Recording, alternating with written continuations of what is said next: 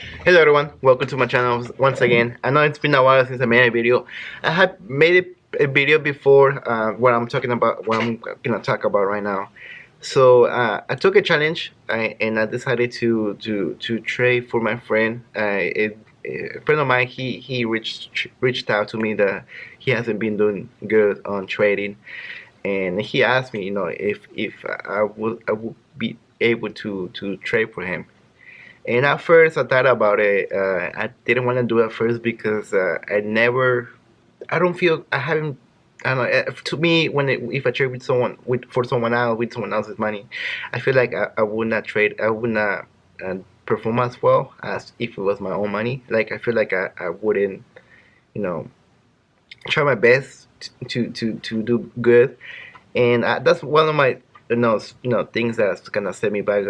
That's what I told him. Just give me a second, let me think about it. But now that I decided, I decided to do it. There's a couple of reasons why I decided to do it. One, because it's gonna help me become even a better trader overall. Since I'm trading with someone else's money, it will put my mindset, into to work more and to be more careful in each position that I take. Another thing is also gonna, I'm gonna get that confidence of, trading more.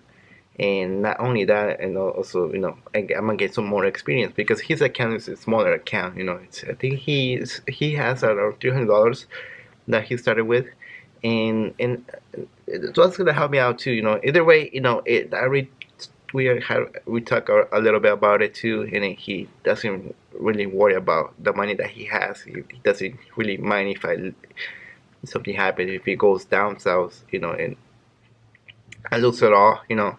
He he's okay with that, and that's one thing that I want to talk about with him, because the account is really small, and it's gonna be a little bit harder for me to find, stocks that I can buy for him, because yeah. So, and what I decided to do is I'm starting to do options trading. I'm doing options trading for him too. So that's, even though he has a small account, we can by doing options, you able to make a lot more profit with the smaller account. But of course, it's a lot riskier to do because it's anything can happen. It can go down south. Up. It's not, you can't really, it's a little different than the trading. It's a lot more riskier, and it does also require a lot of more analysis, and really be more picky when it comes to buying a call or puts. So far I've been also only buying calls. I haven't had experience with puts yet, and I'm gonna hold that off a bit because I haven't really touched that much. I'm still undecided when it comes to putting puts on a certain stock. But what I want to talk about, I have made a video like this before explaining it, but I lost that video, and yeah. So, and also had the first couple of days that I traded for him, I was able to raise his account from 300 to 600. I think it's almost 650, almost closer to 700. But some things happened, and I made a wrong call, and then yeah. So we're back to the same spot with $300. It's okay. It happens. I'm doing now is just I'm trading. Every time I buy is a call or put a call, I also buy it with my own account, so I can follow the same. I can follow it with it, because if I buy it with myself and then I buy him a separate contract, then I'm not gonna be paying attention to that much with it. So if I buy it if I buy the same contract for my account and for his account, then I'm gonna keep tracking both of them at the same time. So I decided to do that, and it's so far it's working fine for me. It's no, like I said, I had a bad couple calls a week ago. We're back to square one, but that's fine.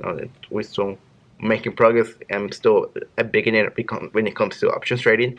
I'm getting the hang of it a little more. I'm able to tell which stocks are more likely to be good on buying calls, and which ones are little too volatile to even touch. Because there are stocks that move a lot during the day or within a couple of days. And there's some stocks that follow a certain trend, a certain pattern that it hits to a lower point, and then after that it starts picking up little by little. Typically those stocks are not most day traders don't touch those stocks because there's not a lot of movement. One of those is Qualcomm that's one of my favorite ones because that one is really easy to kind of see the trend of the pattern, and that's what I'm touching right now. I haven't touched like the popular one right now is Fusel and also Neo. I haven't bought those, so I haven't touched those because those are tend to be a little more volatile for myself for me, since I'm a beginner. So it's a little more difficult for me, at least for me, for now. I know for a couple months later, for now, I'm gonna be probably doing those or something like that, touching those certain stocks that are really volatile. But anyways, that's what I wanted to do. I want to share with you guys. It's a new challenge for this year, and so far I know I've been doing good, and just keep it going. We have a couple. I have a contract for, I think it's called, I think the ticker symbol was AMRS, and it's doing so far. It's good. It's doing good so far. It's breaking each day is making new highs. So if you haven't checked it out, I'll put a little ticker symbol here so you can see.